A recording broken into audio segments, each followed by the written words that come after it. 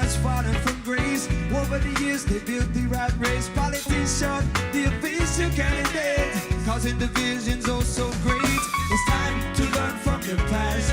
Look how fast people down fade like grass. Righteous shall remain. Meek possess the earth, come to pass. Won't it through the King of Kings? Well, are you ready to overcome all evil things? And it's that rules and reigns, removing all the pain. To the bridge, so much dying and suffering, so much misery and struggling. It's time we follow the Master's plan, yeah, and let Him take us higher, yeah. Blessed be Yeshua the Messiah, who overcome all evil things, and it's Him that rules and reigns. He's removing, He's removing, He's removing. Give it up for Matt Smith on guitar.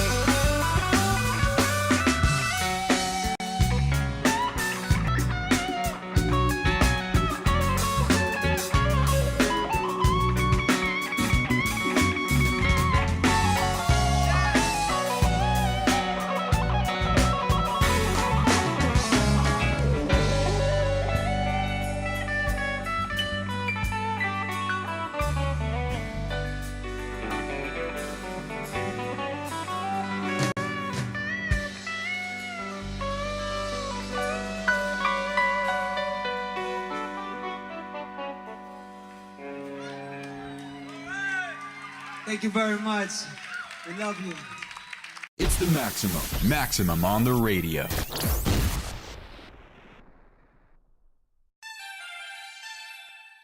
It's 10:31. Giants! I say Giants! Blow the shofar!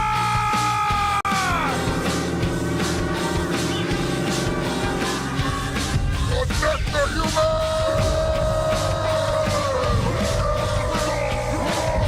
All right, everybody get into position. Yahuwah will give them into our hands. Oh, looks like the enemy's trying to siege us, not human men, but giants, taller cedars. Oh, no, they won't stop.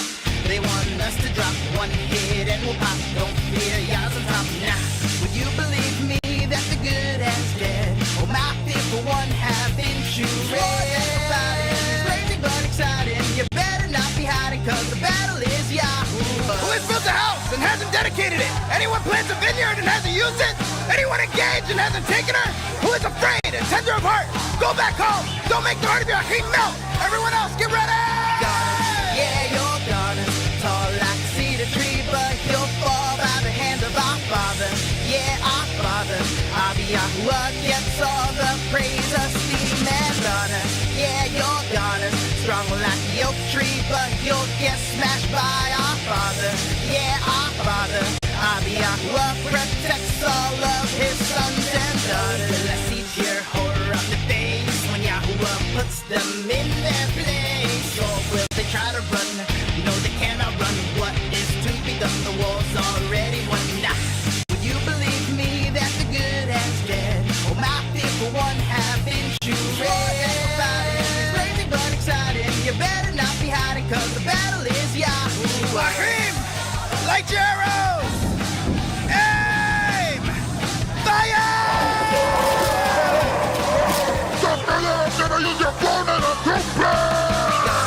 Yeah, your garden, tall like a cedar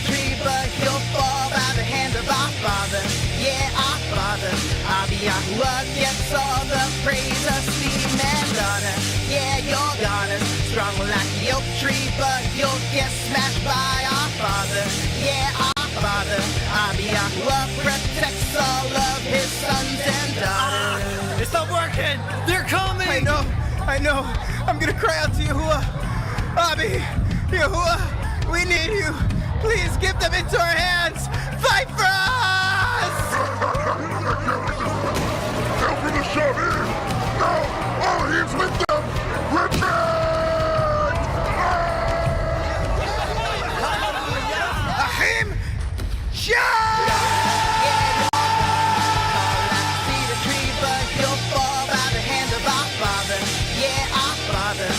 Yahuwah gets all the praise, esteem, and honor. Yeah, you're gonna strong like the oak tree, but you'll get smashed by our Father. Yeah, our Father. Abba Yahuwah protects all of his sons and daughters. Yeah, you're gonna fall like a cedar tree, but you'll fall by the hand of our Father. Yeah, our Father. Abba Yahuwah gets all the praise, esteem, and honor. Yeah, you're gonna strong like the oak tree, but you'll get smashed by our Father. Yeah, our Father. Abba Yahuwah protects all of his sons and daughters.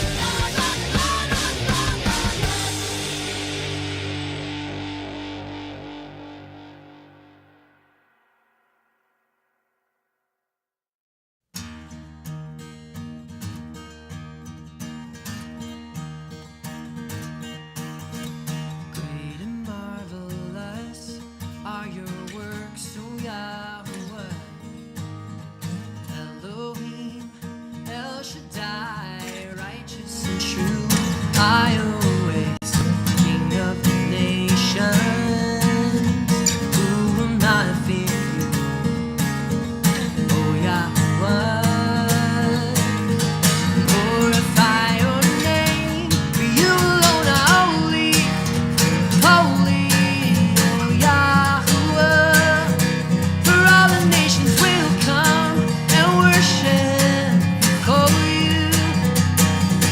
For you alone are holy, holy, O Yahuwah, for all the nations will come and worship before you. For your righteous acts have been revealed.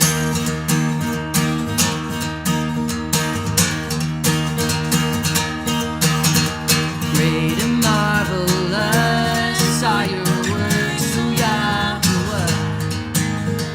Elohim, El Shaddai, righteous and true. I always, King of the nations, who will not fear you, O Yahweh. And glorify your name, for you alone are holy. Holy, O Yahweh, for all the nations will come and worship before you. For you alone are holy, holy, O Yahweh, for all the nations will come and worship before you. For your righteous acts have been revealed.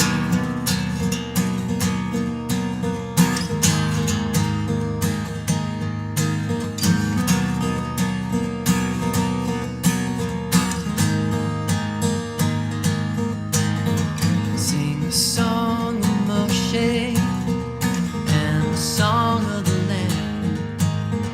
Testify to the Son of Yah, believe and keep his commands. Sing the song of Moshe and the song of the Lamb. Testify to the Son of Yah, believe and keep his commands. Sing the song of Moshe and the song of the Lamb. Testify to the Son of Yah, believe and keep his commands. Oh, like the song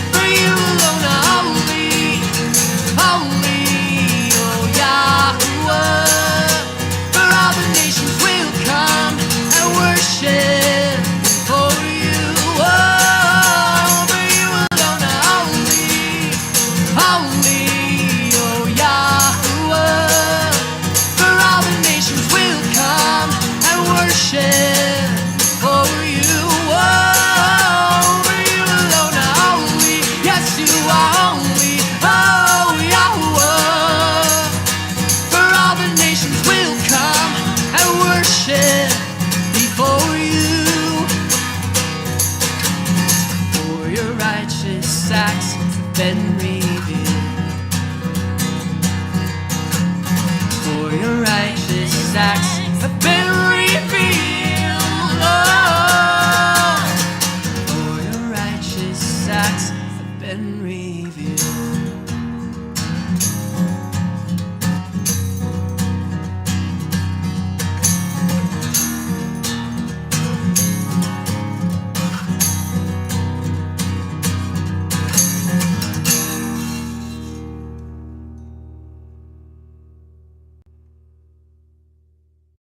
You are listening to Shema Internet Radio, the finest music and teaching on the work for the disciples of the Master. Stay tuned for more fine programming.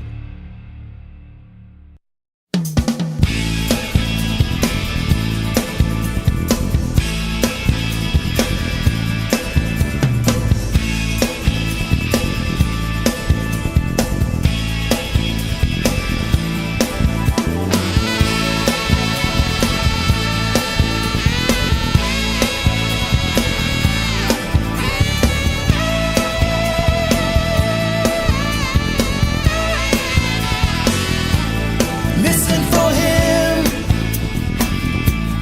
Whether you're deep in the jungles of Africa, listen for him.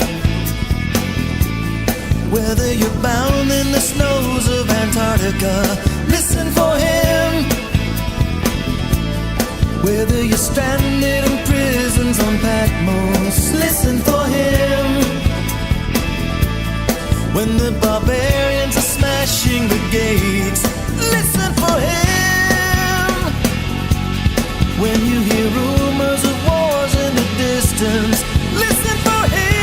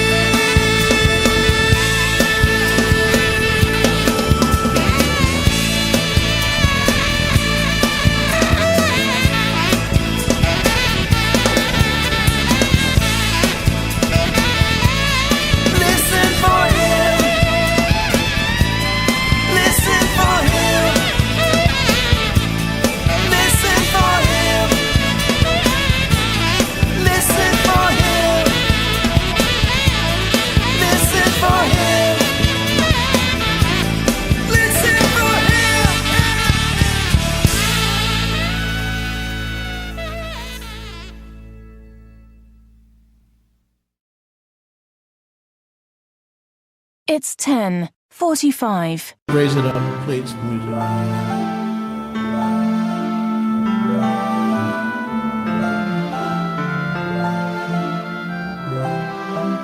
Are you going to Heartseal? Worship Yah at the appointed time.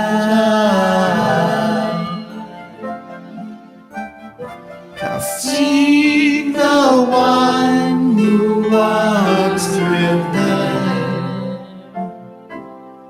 Then he'll be our brother of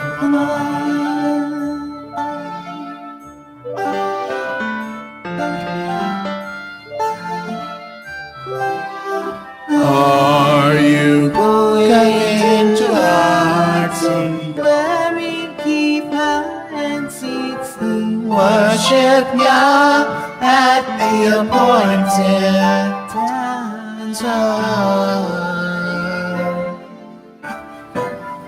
Seek the one who lives inside you. Then you'll be a brother of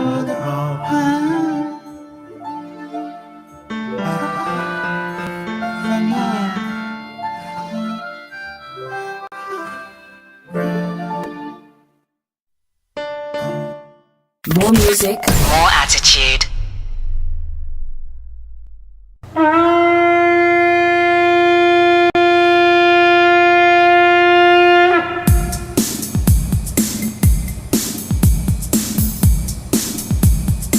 Oh, hallelujah, Yahweh, all ye nations, Amen, hallelujah, all ye people, Amen.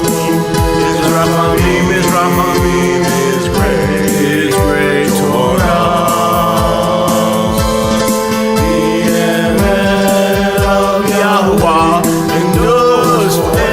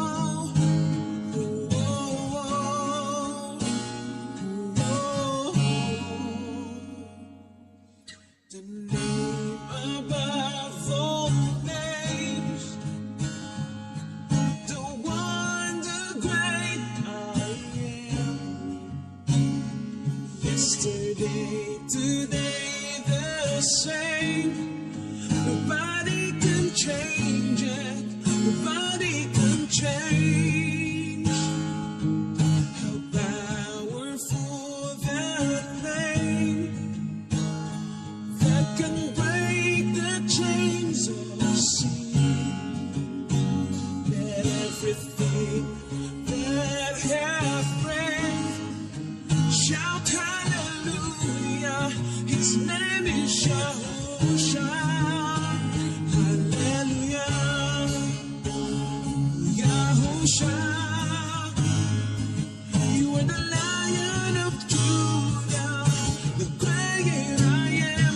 We'll shout your name, and we will proclaim the name above all names. How mighty is that name? How powerful the name that can break the chains of sin. Let everything that hath breath shout hallelujah. His name is Yahusha. Hallelujah. Oh Yahusha. You are the Lion of Judah, the great I am. We'll shout your name, and we will proclaim the name above all names. How mighty is that name? The name above all names. How mighty is that name? The name above all names. How mighty is that name? Hallelujah.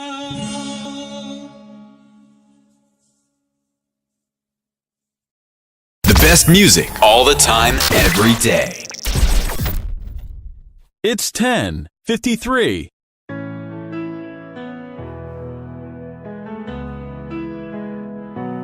In the stillness of the wilderness, a flame begins to rise.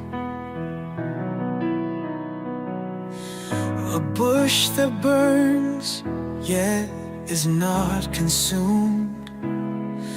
It draws my wandering eyes.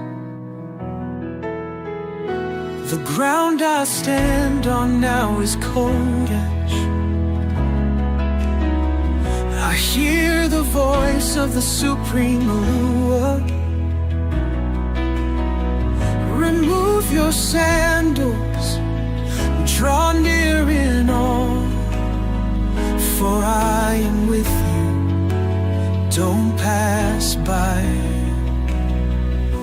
The voice in the wilderness calls to me. I have seen my people suffering.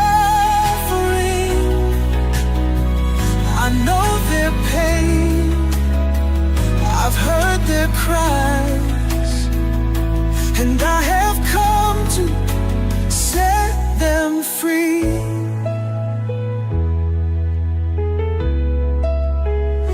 The supreme allure of Abraham speaks my name with a purpose clear and strong. Go deliver, bring my children home to the land where they belong. The fire burns but does not consume, a sign of love that won't let go. You are my chosen, I am with you through every trial. You'll undergo. The voice in the wilderness calls to me. I have seen my people suffering. I know their pain, I've heard their cry,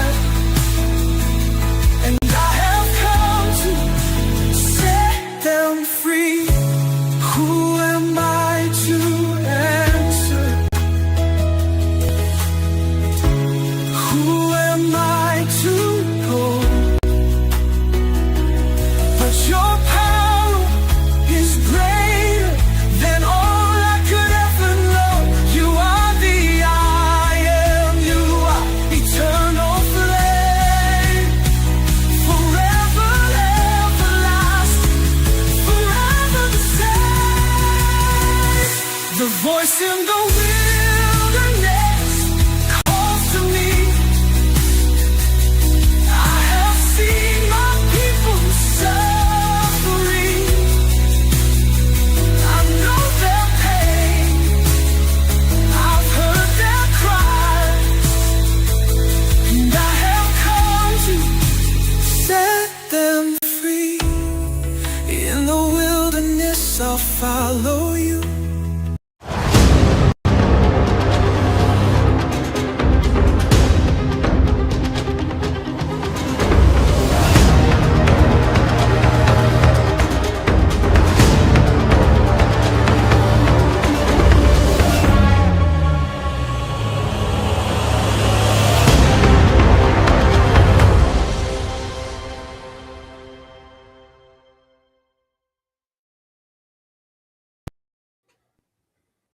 Shalom, shalom.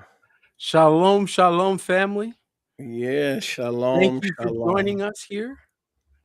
Yes. I am here with Apostle Sholiak Konakowski, who is he is celebrating the success of the beautiful radio program and system that he's got running here at Shema. Yati. And I got to tell you, the Shema radio program, man, I saw that latest post about the reach, and that got me excited. Good job. That's pretty amazing. 25,000 listeners.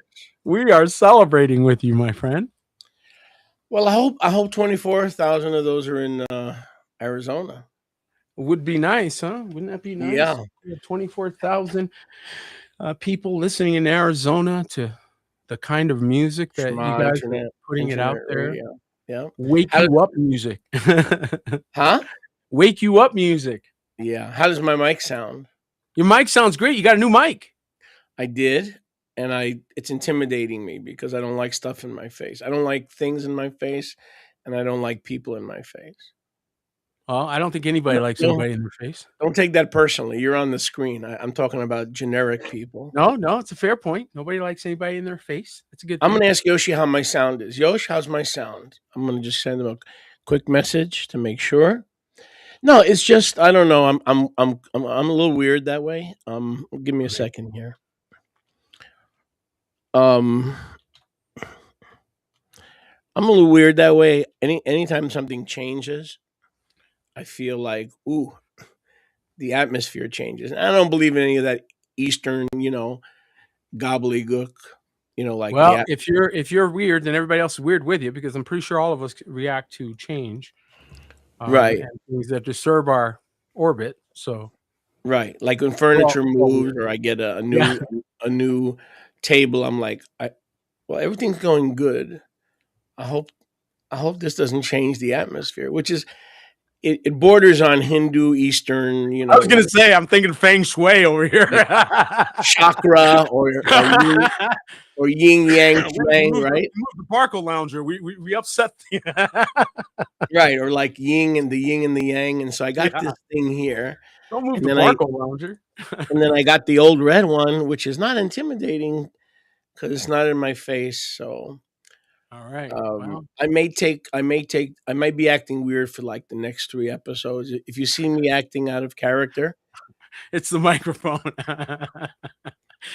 People, you don't realize it, but it's true. In fact, I have to upgrade my system. Somebody asked me about that last week. They were concerned about the sound element. Well, it's not actually the mic. It's the system that I have to go through, and I've made it last a lot longer than it probably should have. So it needs to be upgraded, but we'll get there. We'll get, it's not cheap. But even in this case, you're my hero. Yoshi says my mic sounds pristine. It does sound very good. But I don't know. You're my hero because I've been cheating. I like to cheat a little bit. All under the umbrella of Torah. And I've been reading the fine print on your microphone. Foofy, Fifi, Finey. And I'm like, I'm going to check out that brand. And that's how I got this Finey, Feeny. Super fine. The pristine mic. I told you it's not the mic. It was the computer that was giving me the issues. So Your mic is good. Your mic, Yeah, I can tell. And, I'm not professional like some folks because, like, a professional podcaster doesn't mind having this thing here. But I had to put seat on the microphone just to sanctify this so that chakra or yin yang, That's good. yin yang You would not put play on it. with my ding dang. The yin yang would stay out of my ding dang. You know what I mean? But anyway, this is how I overcome fear and doubt and unbelief. I make jokes. So when I'm making jokes right now is so that this thing gets out of the way and the ruach is guiding and not this thing. There's no question the Ruach is leading and guiding, and the amount of revelation, the amount of understanding, amazing coming out. Unreal. Aren't you all out there? I'd love to hear from you as well. I'm sure you're all being blessed, but also stretched a bit. How many of you feel a little stretched by some of the things that you've now been given, and that Yahuwah is stretching your legs a little? He's pushing you beyond your normal boundaries to say a little every further, day. a little further. Come on, you can do it. And you're always saying, "I can't take any more. I can't take another." And he's like, "Yeah, you can. Come on." You know what's amazing is the getting back to you with the microphone. And now I'm not going to stay on the microphone, but you're as get happy. You're bubbly at whatever AM it is your time. Okay, and so in addition to you being an inspiration through the microphone, I'm not that bubbly without some bubbly in the morning. What time is it? You're like 9ish, right? It's 9 now. I've been up a while, but bubbly's a Nine's choice. nine's not too bad, but the point is you're ready. You're usually That's ready. right. That's right. So, I try to be. and I try to be. And around you, by the here way, have it's- helped me with that. around You're here big is a disaster. inspiration. Well, thank you. Around here is a disaster. I can't tell you what's going on around here. I got people sleeping till all hours of the day. Don't get me started. So, but you're a testimony in that regard too, because you're up and ready to go, and the audience can't tell that you're half asleep because you're they can't tell. So you're not faking it. No, I'm not half asleep. We're not fake. I'm very much but awake. You're Very doing much. you're doing good at doing what you're doing. Okay, so I was talking to you stage back and or backstage, whatever coast you're from, and I thought about growth. What the heaven is growth? Because the church defines growth one way, right? Right. Very good. The world defines growth in eso. Okay. Right. Jews define growth with how much bagels they have in the freezer. Great. So everybody, or Italians define growth on how big your waistline is getting with ravioli and Right. spaghetti. So everybody's got a different definition of growth.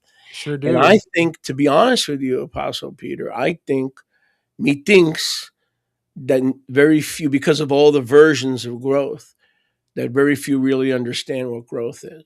So Great point. What do you think about spiritual growth, kingdom growth? How should we how should we see that? What's the proper perspective? Well, it's interesting you should bring that up. We're in the midst of a series on Shabbat. Those of you that are not connected, get connected. We're in the midst of a series called "The Kingdom is Within You." Excellent. And so when you're talking about the topic of growth, the question is where? So if we're talking about numerical growth, and numerics is the defining factor, well, then in that case, the Super Bowl's anointed. Yeah. So apparently that isn't the measurement. So we're good with the measurement not being the number of people that show up at the same place on a Sunday, right? So that's not the measurement. We're good there. So now that we threw that out, I believe it is the ability to carry the weight of his kavod. That is your growth. Now that's just my opinion. Woo! However, That's deep. I believe that your growth does not happen on the outside. And so consequently, no metric that you could see would define it. Mm-hmm. The end. What you would see would be the result of growth, not the growth itself. You would see the result of maturity, not the maturing itself. You would see the result of deep contemplation, of meditation. You would see the result of these things. You would see the fruit of them, but you wouldn't see the process that's going on under the soil. So this is the problem that you have. This is the reason why AI is such a major problem in the world, if I may, is because it is training you daily. And by the way, if you are using Chat GPT, I want you to disconnect immediately. Immediately. I'm telling you, this thing is a weapon, and it is literally scrambling your brain. Now, if you want to sit with me, I will happily tell you how, but you should stop first, and then I'll explain to you how bad this is. It's training you to be a slave, very subtly. It's training you to accept slave mentality and slave thinking. It's putting all your processing outside you. But what's the difference between ChatGPT and Gemini, for instance? Why is one an enemy? Why is one more of an enemy than the other one? Okay, they're all bad. They're all bad. This is the reason why we make the things we do and do patents. They're all doing the same thing. There's just one that's particularly bad, and Chat's particularly bad at it. That's why they're being sued. That's just my opinion. I have a qualified opinion. Well, at least one is aptly named Grok of you know what. Grok, yes, it's definitely a Grok. I mean, there's one that's aptly named. Here's the real key of it. I'm just going to give you this, and you guys should listen to the next 2 weeks, the next 2 Shabbats. I really encourage you to sit down with us because you're going to get breakthrough. I'm promising you. Okay. Excellent series. Yep. Because of when you ask this question about growth cannot happen as long as all growth is on the outside of you. Bingo. So everything that is growing outside of you, your notebook is growing, your library is growing, your hard drive is growing. Waistline.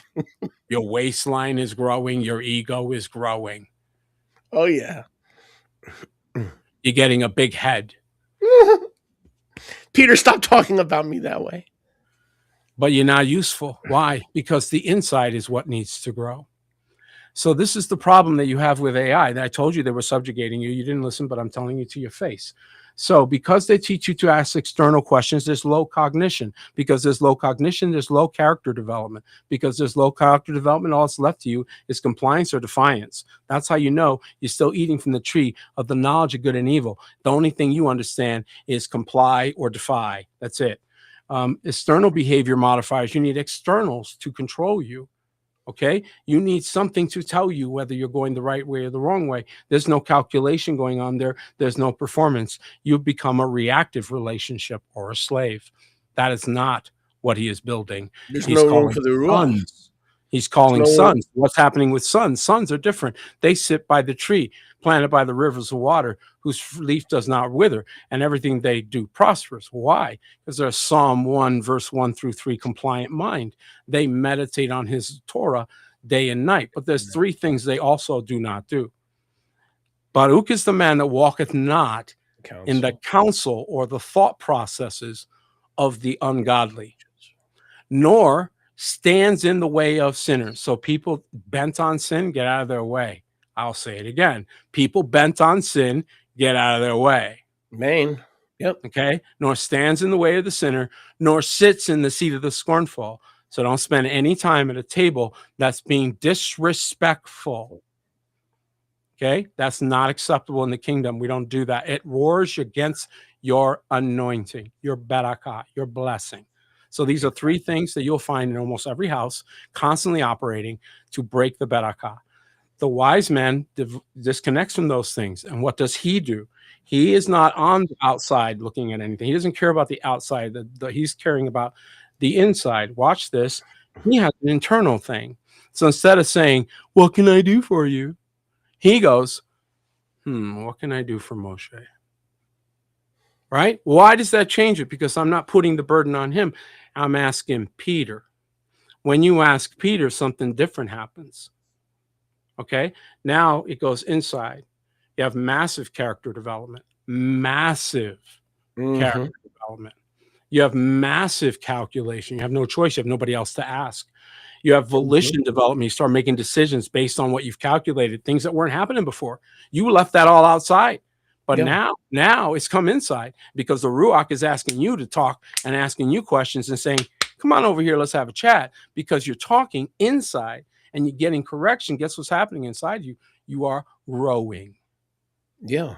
So growth is the stony heart being removed and the heart of flesh being inserted, and allowing the Ruach the space that it needs to bring change. So for instance, let's take something as mundane or as non-mundane, depending on how you look at things, as the tithe. And I don't want to stay on the tithe. I want to get back to growth. But two people give $100 each. One gives it begrudgingly. Right. And the other gives it in honor and respect.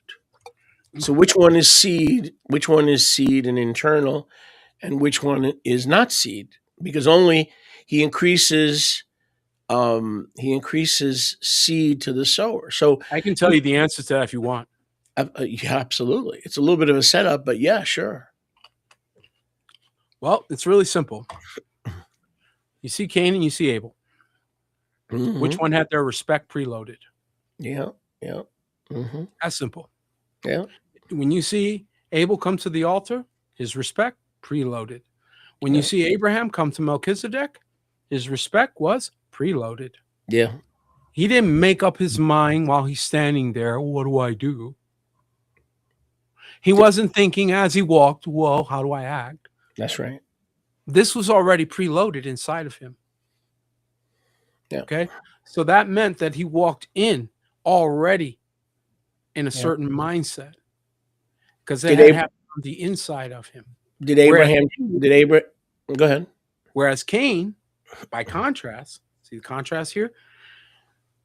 This one didn't even give the time of day to meditating on what he was doing and needed an external voice to correct him, which left him in a place of only compliance and defiance, which I just told you is a slave mentality. Yes. So because he could not internalize or receive the circumcision of heart that Abel had received. Okay, so those of you looking for it down the road, no, it was right there. A circumcision of heart happened right there, and Abel was a circumcised heart. How do I know? Mashiach calls him righteous. When Mashiach calls you righteous, you're righteous. Did Abraham bring forth bread and wine out of his own understanding and his own volition, or do you think that the Ruach had revealed to Abraham that Melchizedek was to receive the bread and the wine, or is it Melchizedek who brought the bread and the wine? Melchizedek. I got to review that. Yeah, I think it was Melchizedek brought the bread and the wine. But here's the point. There you go. Yeah. But if Abraham was not predisposed to honor Yahuwah, what could you give him that would have made him? Right. And if they weren't predisposed to honor Yahuwah, anything you tell them to do at that point is not authentic. Right. So it must come from the inside to be authentic. Would we all agree that someone who gets told, hey, tell her you love her, is different than the man who says, man, I just love you, right? Who's coming out of his heart, comes out of the depth of him, out of the abundance of his heart, the mouth is speaking. So when somebody says, when they don't have anything, that means there's nothing in there, right? So why do we need preloaded? What's preloaded come from? Well, I'll tell you where it comes from. Thanks for asking. It comes from Psalm 1. It comes from Psalm 1, verses 1 through 3. When you're meditating on the Torah, why do you think Abel ended up at the altar? Abel didn't end up at the altar because he just decided on a whim that he should just go to an altar one day and have a nice day. Abel did not arrive at the right place to do the right ritual on the right time in the right location. That was not accidental. So Abel is already doing before it's even written. So he's doing in the Ruach before we have Psalm 1 written. So Psalm 1 confirms what Abel was doing. It was in his heart, yeah. It was in his heart to honor Yahuwah, and he had meditated on it day and night so that when the time came to do it, he did it right. It reflected the amount of time, pay attention here, it was a reflection of the amount of time he had spent preloading respect. He did not wait until he was at the fork in the road to make a decision then what he should do, which is what Cain was doing. And then we see in Isaiah 51 when Yahuwah says to Abraham, when I called Abraham, he was alone. And yet the growth was in his heart. The growth was in his heart to obey Yahuwah. That's right. And to produce Zerah, seed, for Yahuwah. That's right. So it's not, right there we see in Isaiah 51, the mother and the father of our Amunah, even though we know it goes a little bit further back, right. Had our growth and the growth of their progenitry in their hearts, because it's all inward. So growth is, as you said, fundamentally and foundationally an inward reality, which requires the removal of the stony heart. Ezekiel 36, and the impartation of a fleshly heart, not a fleshly carnal heart, but a fleshly pliable heart. May I suggest to you, my brethren, that when Mashiach says in Luke chapter 4 that he is here to heal the brokenhearted, he wasn't speaking about a romantic notion. He's looking at the man who is so disconnected from his brethren that he will walk to the other side of the road when the man is literally beaten up and bleeding. That's a broken heart. Something's wrong with you.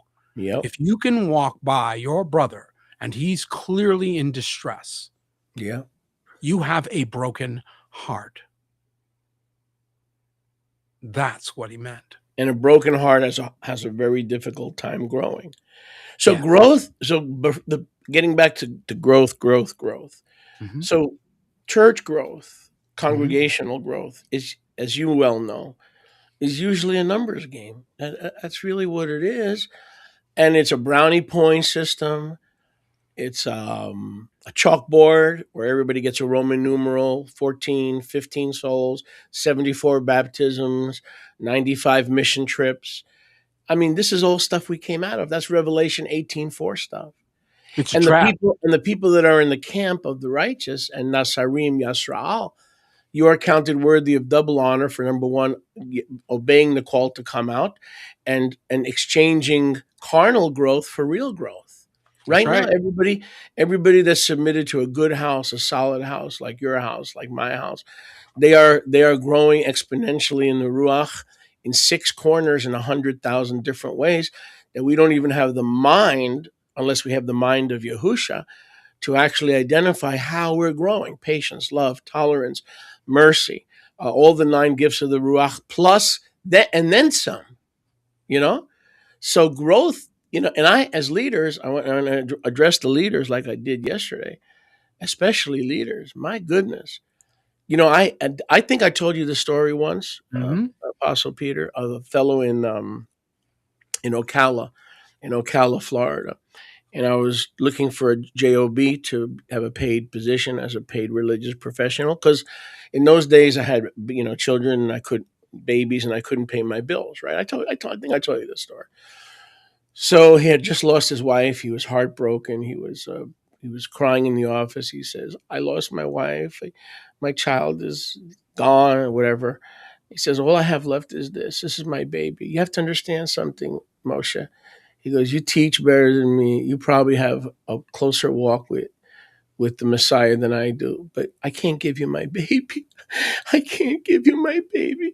This is my baby. And now I'm willing to hire your wife as like a secretary, but he found me intimidating." Okay.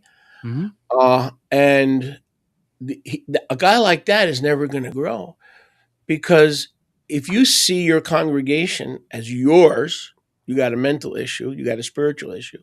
Number one, it's not yours. You're a caretaker. It's his. Okay. And number two, if that's replaced your first love is supposed to be Hadon Yahushua HaMashiach and him alone. So you're out of balance. You have a codependent relationship with your supposed wife, which is your congregation. Excuse me. The congregation is Yahusha's wife. That's not your wife, honey child. That's Yahusha's wife, right? We see a couple things there, don't we? But why is that growth? He saw growth as holding on to something that didn't belong to him to begin with. And I deal with that. Everybody, especially leaders, we are looking, if you ask the average leader, how are we going to grow? They'll come up with a game plan. And the growth, you could have 10 people and they're growing in their relation, in covenant, in fellowship, back to where Adam was in the cool of the day.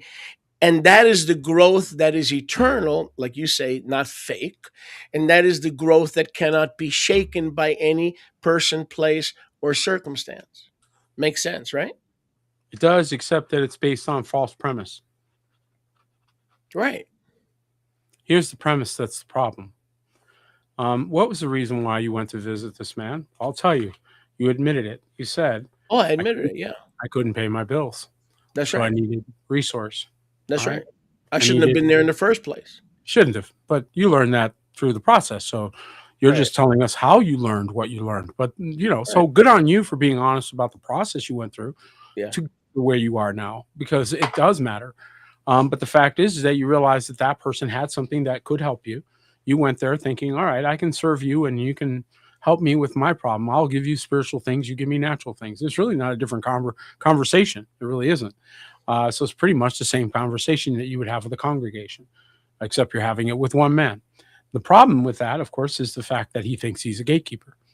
And so as a result of that, you walked away realizing, well, your gift, which was superior and could have benefited those people, was rejected because he saw the people as his source. So let's be blunt. He saw the people as his source. And as a result of him seeing the people as his source, he treated them accordingly. Now, here's the facts, or here's the reality. One man with Yahuwah is a majority. So those who believe this nonsense kowtow and cater to crowds and to those who themselves need leadership. You can't lead people who are deciding your employment. Okay, so if they hired you, they can fire you. You should sit down then. You should sit down because Yahuwah anoints his people. And whom man anoints and man appoints, man must empower. But whom Yahuwah anoints and whom Yahuwah appoints, Yahuwah will empower. And I can tell you, personal experience, that Yahuwah doesn't need anyone else but you to produce any amount of resource you need. So if you need $1 million, you don't need to go and say, I need 5,000 people, because you've sat up and calculated and you fell for Satan's trick, which is exactly what David fell for, numbering the people. So you're doing the same thing and you're going to have the same judgment. Hello, he doesn't change. But when you realize that he's your source, I just wrote a patent worth $4 billion just yesterday. $4 billion. I'm not bragging. I'm bragging on Yahuwah because I'm telling you that he gives you the witty inventions. So what are you looking for people to give that for? Well, they're broke. What are they going to give you? Okay. You're looking in the wrong direction. And because of that, you're going to stay broke. You're supposed to be a leader. Well, lead then. Lead Psalm 1. Lead them and show them what Psalm 1 looks like. Show them what it looks like when a man meditates before Yahuwah. I've learned the hard way, Peter. You sure have, Apostle Peter, that growth is not in popularity, numbers. Growth is in fidelity, veracity, balance, endurance. He that endures to the end shall be saved. He that does not endure to the end of their life, their last breath, may have numbers in every area of life: money, wives, houses, cars, bunch of immaterial nonsense, a bunch of stuff. And like they used to teach us in the Koiki, I've never seen what is it? I've never seen a U-Haul following or a Penske following a hoist. Come on. Even William Randolph Hearst didn't have anything following his hoist. Remember William Randolph Hearst, the publisher of the San Francisco Chronicle and the big publisher? He didn't take anything with him. So we came naked into this world, we leave. So all growth is getting it to Peter Martinez terms, all growth is fake, except it's inward from a circumcised heart, a fleshly heart that the Father gives you, and it lasts. Whatever, soon all will be past. Whatever is done for Messiah will last. Sound familiar? Let's say that again. Soon all will be past. All your cookie business, your cake business, your selling shoes, whatever it is, job. Watch this. How's this for a sobering drink on a Monday morning? All those babies and grandchildren that you adore and that you shower with love and affection and go out of your way to spoil them, they're going to die one day. They're going to die one day, just like you. Soon all will be past, but only what is done for Messiah will last. When we begin with that, now growth can take place for the rest of your life because you're making the right choices and the right priorities, making sure that what you do has everlasting implications. You follow what I'm saying? I do.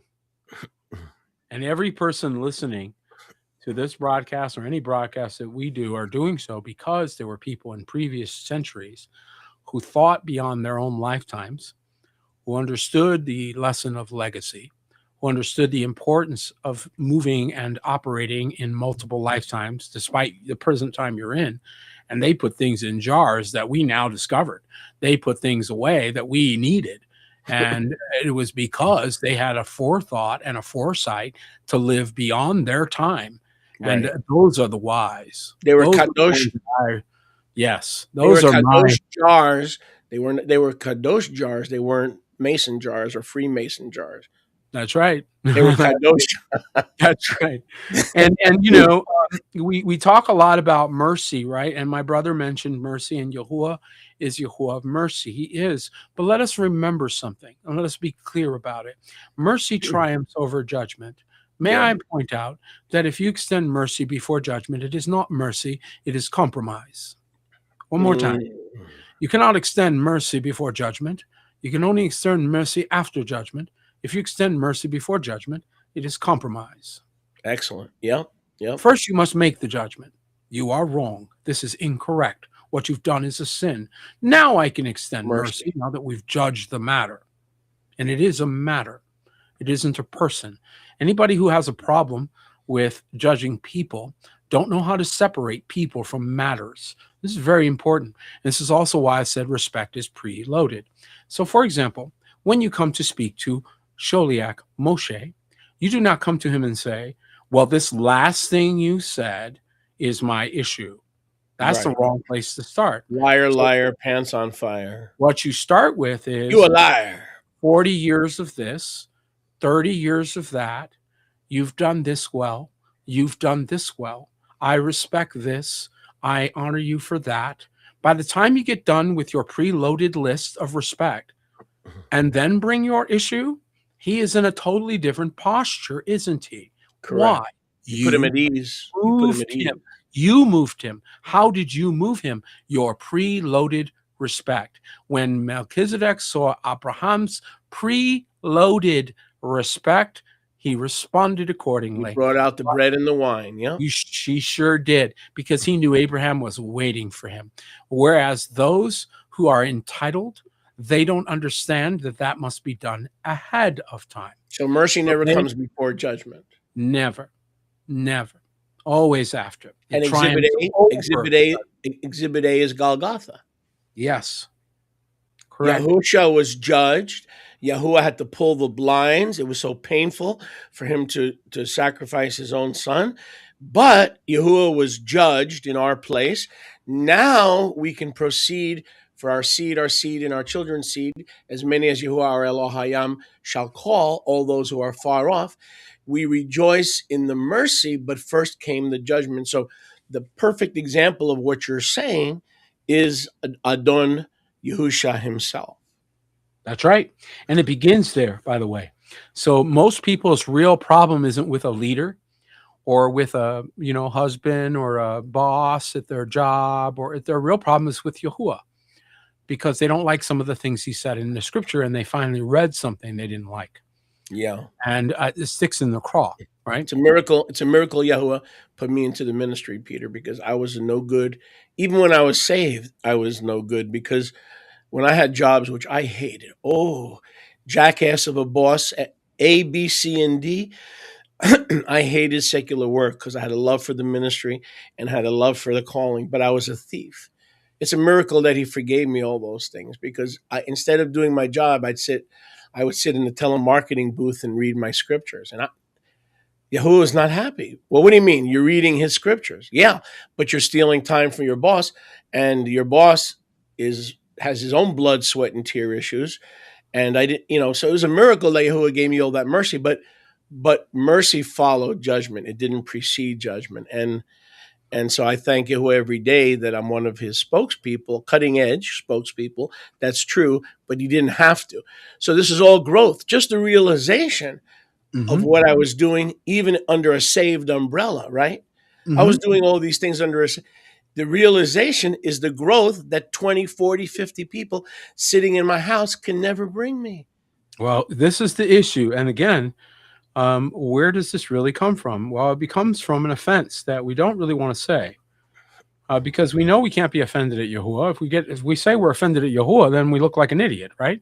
So instead, we get offended with the people that are promoting his word or saying the same thing, because now we can have the argument with them. Right? As opposed to have an argument with him, because you can't have an argument with him. I don't have an anger issue because I'm afraid of God, but I hate you and I love you, brother, but I hate the way, and I hate because we're afraid that we're not allowed to be. Come from? It's a lack of submission. So that's another area of growth. We're not allowed to be angry at Yahuwah. Says who? Excuse me. Be angry and sin not. That's what he said. So don't. That's right. Sin. We could be angry at Yahuwah, but don't accuse him falsely, because Yahuwah made us in his image. And even the mention of being angry at Yahuwah, right now people are listening going, what are you talking about? Well, I'm going to tell you what I'm talking about. People are not happy about some of the things he said and some of the things he stated, which are true and facts. Why does he state them? He states them because they're true. Yes. Okay. And so then you have to have a problem with that. And you go, I don't like the way that sounded. I don't like what he said there. I like the word submission, right? A lot of people bristle. Thinking, submission. What does that mean? It just means we're all on the same team. Now, when you watch a football game, everybody, all right, because I know 80 billion of you watch football, so whatever. Okay, so you watch the football game, whatever. You enjoy yourselves. I don't care. So you get in a huddle, and what happens? Now it's different. Now the guy's listening in his headphones, and he's hearing the play from upstairs and all that, right? But then the quarterback gets in the huddle. I'm talking old fashioned. I don't care about the 2026 version. I'm talking the old fashioned original football. Okay. Quarterback gets in the huddle, says, all right, guys, here's what we're going to do. We're going to run and then he tells you the play. We're going to run a double hat back, flat on the flat or blah, blah, blah. And we're going to do 3 on the whatever. Everybody's like, oh yeah, we practiced this. We know this play. We know this. They don't know it, but we know the play. All right. Ready, break. Right. And everybody fans out to their particular positions, and the play, the other team doesn't, and you execute, you win the game, right? Or you score the touchdown or make the play successful, whatever. High fives, all that. Where's that come from? Where'd all that come from? Did you guys just make it up like right there? Well, if you're playing backyard football, maybe. And how's that usually work out? Not as good, right? But when you're doing it professionally, when you're taking it seriously, when you are prepping, when you are part of a team, you are in a mission, and that mission is to win the game. And you, right tackle, are submission. You, quarterback, are submission. You, running back, are submission. You, wide receiver, are submission. Yes. All of you are submission. All of you. All of you. The owner's got the mission. He wants the trophy. You guys are all submission. All of you. And then you go, well, that's true. And now let's take it to your job. One more minute, brother, and then you can have it. Take it to your job, right? You're just saying, okay. Take it to your job. You got a business owner. You got a company president, right? He's the one with the mission. He's the one with a vision. He's the one that's employing you. You are sub that mission. So what you are doing when you go to work, and by the way, he uses the heathen to train us because we have to learn on unrighteous so we can move to the righteous. So some of y'all need to work in a tar pit so you just know how to get up and get down and go left and go right when the man says so. Some of y'all got a rebellion problem, just saying. Now, submission means that we remember or submit ourselves to the grander plan. Mission, So if you're there stealing their resources, doing something else, talking on the phone, you're not submission. So Yahuwah seeing that, saying, "Oh, I got a rebel. Yeah, but I don't like this Pharaoh. It don't matter who the boss is. It don't matter what they're doing. You're supposed to being submit. trained. Yahweh's training you. You're learning how to obey orders. That's all you're learning. And you're doing it subjectively, like, well, he's not righteous enough. Like, you get to decide whether the leader. No, he might have put you under a nasty leader on purpose. I said he might have put you under a nasty. If he's not righteous, then return the paycheck and walk away. But you taking the money while failing to submit. If you take that money, you've got to submit. And I had That's to learn right. that. And so you can't have it both ways. That's an entitlement mentality or a psychological break. Frankly, it's illogical. So it's insanity. Right. So, you've gone insane if you think you're entitled to both.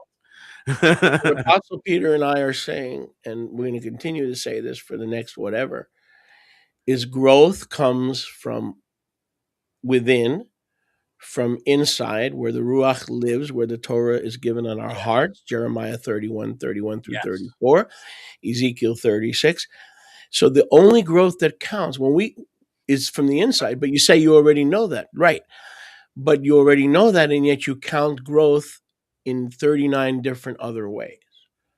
So we have to take a step back. We have to take a step back and say, okay, I'm getting a perverted perspective of growth. That's right. Yahuwah, you want me to grow.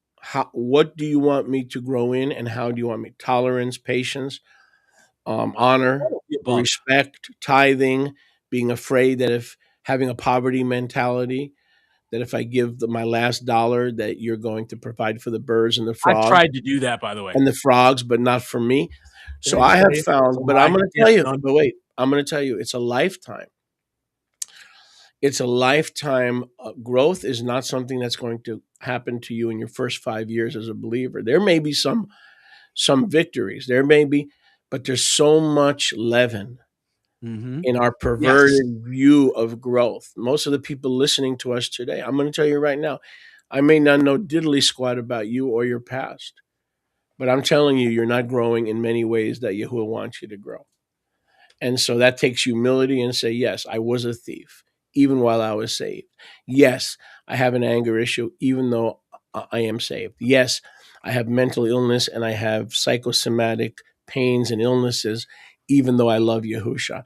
And I'm going to come out of denial in any area that I need to come out of denial, which will lead to growth. The more areas you come out of denial and put on the altar, the more areas of growth according to his spirit and according to his heart. In other words, he already gave you his spirit in measure, but he wants to give you his heart, and his heart will want growth in his terms rather than carnal terms. Carnal doesn't have to be sex. Carnal could be anything that's not of Yahuwah, anything that builds up the ego, builds up the flesh. Ask any preacher, would they like to see 200 people sitting in front of them? Sure. But I'd rather have 10 that are submitted, that understand honor, that understand respect, that are growing in the right areas. But see, I'll take one step it took further. me 40 years, but Peter, it took me 40 years to get there.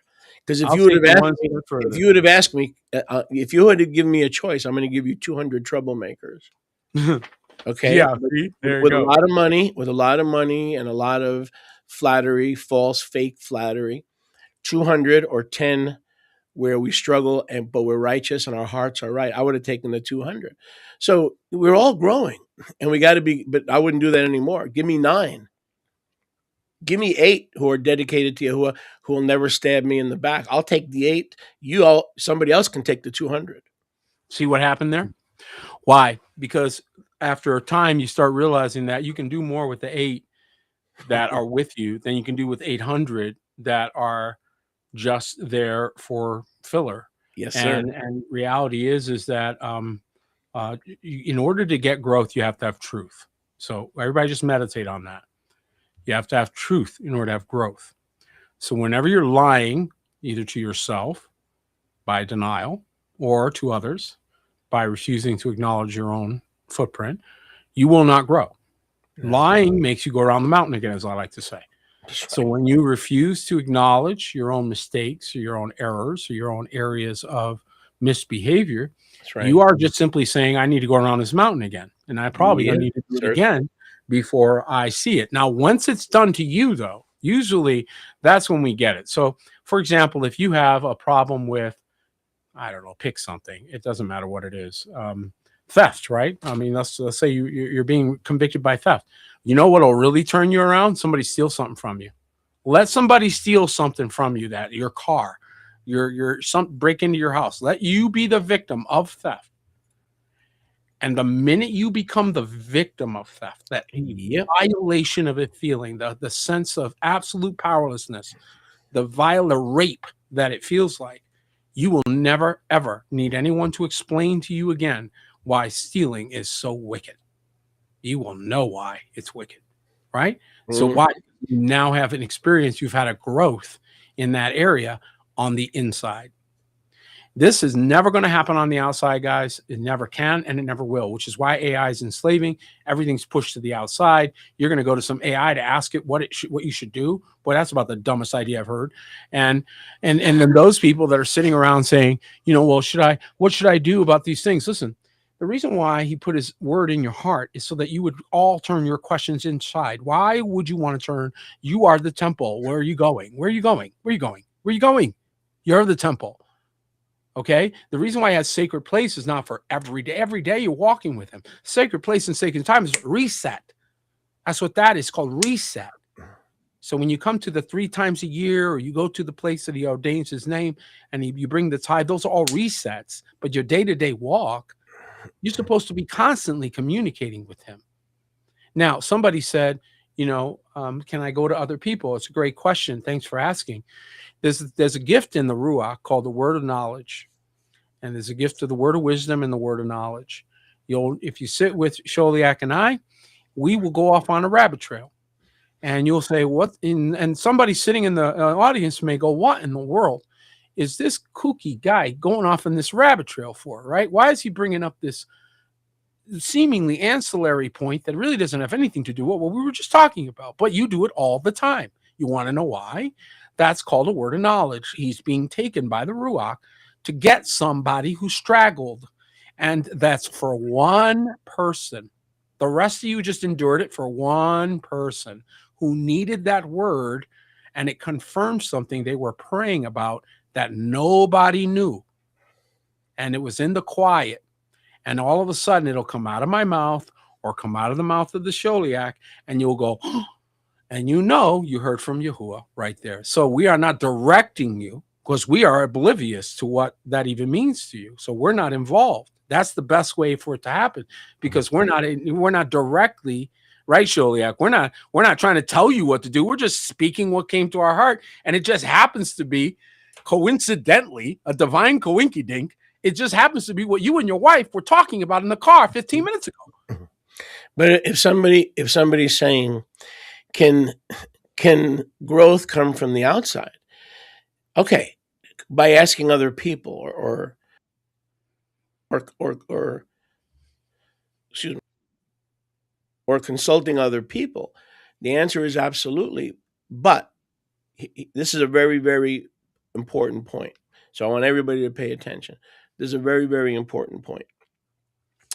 You can go outside of your heart and outside of the word that's in your heart on occasion, but only when hearts are knit together. In other words, if you go to Peter and you go to me, you're going to basically, in 9 out of 10 cases, hear the same counsel. Pretty much. Okay? So you could waste your time if you'd like, or get a second opinion. It reminds me of the doctor. He says, doctor says you need an operation, and you're beyond, you're without an operation, you're beyond repair. And then the client says, doctor, I want a second opinion. He said, are you sure? He said, yes, I'm going to go for a second opinion. Doctor says, I'll give it to you. You're ugly too. Now,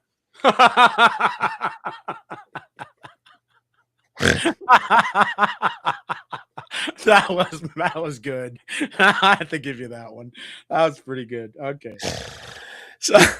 So when people said, "Can I ask Sally? Can I ask a Penelope Pit Stop? Can I ask the wacky racers on TV?" No.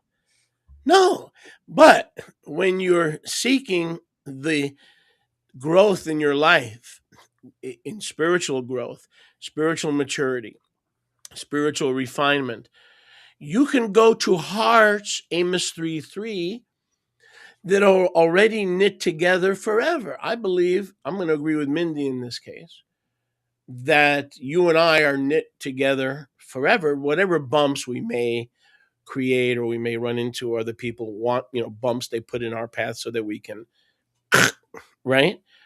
Mm-hmm. Where our hearts are knit. So you can test us on this if you want. You can go to Apostle Peter, ask him a question, then go to me, same spirit, same calling, same office, and you're probably going to get the same answer.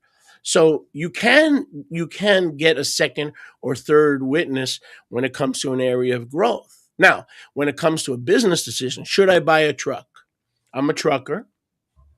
Should I keep renting or should I buy a truck? He and I may give you a different opinion, but when it comes to the things of the spirit, I'll guarantee you we give you the same. We'll give you more or less give you the same answer. That's very well said. Very well said. Now, if you go to Peter and say, should I open a retail shop? He may know your situation better and say, no, because you'll be married to the store. I may say, no, if it's just for a season or if it helps put your children through college. So, when it comes to the spirit, to growth, right? Those hearts are knit together. So if you want to get a second or a third opinion based on kingdom growth and no violations of Torah principles, make sure the second, third, and fourth outer person have their hearts knit together. You can't go to Jesse Duplantis or to Benny Hinn and then go to Peter Martinez and expect the same answer regarding your growth. Because what's at issue is your growth, right? Your spiritual growth and maturity. So that is a problem that you created. So whatever answer you get, you deserve to be confused, because what fellowship does the cup of Yahuwah have with the cup and the table of Baal? There's no fellowship. And there you have it. Advice unrequested is advice unreceived. Why is that? Because until we change posture, and I just said something you haven't thought about, maybe you guys never heard that before. I kind of made it up, but it's true. Think about it. Advice unrequested is advice unreceived. They have to tune into a channel to get value from it. They've got to come to a meeting to get value from it. They got to read the book. They've got to at least give time to a thing in order for it to have value, right? So if it's unrequested or unprovisioned, if it's not given space, it will do nothing. And the same is true about any advice that you do receive, even on a broadcast, because it's still external to you until one thing happens. You internalize it. You have to do that. We can't internalize it. So we can tell you about it. We can explain it to you. We can share what internalization happened for us, right? So why are we saying the same things? Because we ate the same scriptures at the same speed. By the way, you notice we slow things down, make you guys look at words that you didn't think about, and then it starts changing the whole thing. Same exact process, a little different style, but it's the same thing. And so why? Because the gift forces truth to bring change. And it's uncomfortable truth. There's a lot of things we find out and you're like, man, I stink at this. Okay, great. And you roll up your sleeves and you work harder, right? Because now at least you know where you are. You aren't living in la la land thinking you're great. I can't stand that. I can't stand the self-graders, the people that grade themselves with an A while their paper says F. Okay, the fruit is what we go by, and you don't get to judge it. Other people get to. Even Mashiach said, go ask the people who hear me and let them tell you who I am. Okay. You know what a great area of growth is? What's that? When you come to the point in 10 years, 10 days, 30 years, where you realize Yahusha's not pulling your leg, that your true family are the saints. That's right. So, you realize some people are going to go through life and never grow in that area.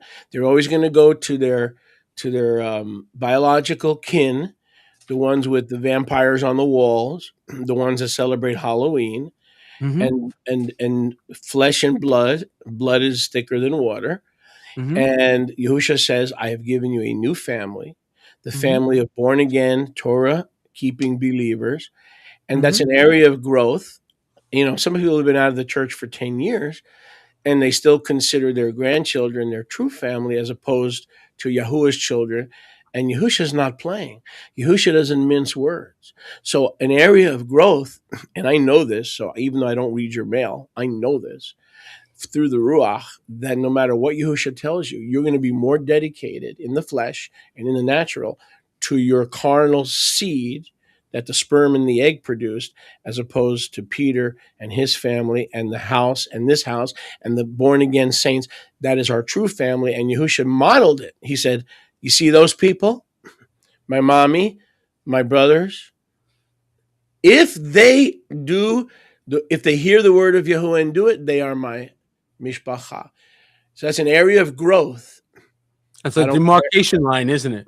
Brother Peter, I don't care how. I've seen believers in the kingdom for 20 years, and they don't want to get it. They don't want to grow in that area. And by the way, until you grow in that area, kingdom giving is going to be very hard. Once you grow in that area, kingdom giving is going to be a lot easier, because now you're giving to your real family. See? Well, I'm going to give you some previews of what's coming up next week. So what does kingdom mean? King is, of course, the reigning supreme power, right? And when we add the DOM to the end of it, it is an abbreviation of the word domain,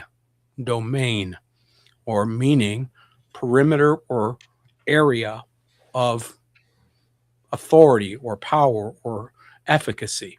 Beautiful. So the kingdom is the domain of the king. So when he says the kingdom is within you, it is the domain of the king, the New Jerusalem, if you will, where he is in there. So where are you going? See, the whole entire exercise was for us to get out of our flesh and begin to move into the things of the Ruach, where the truth is.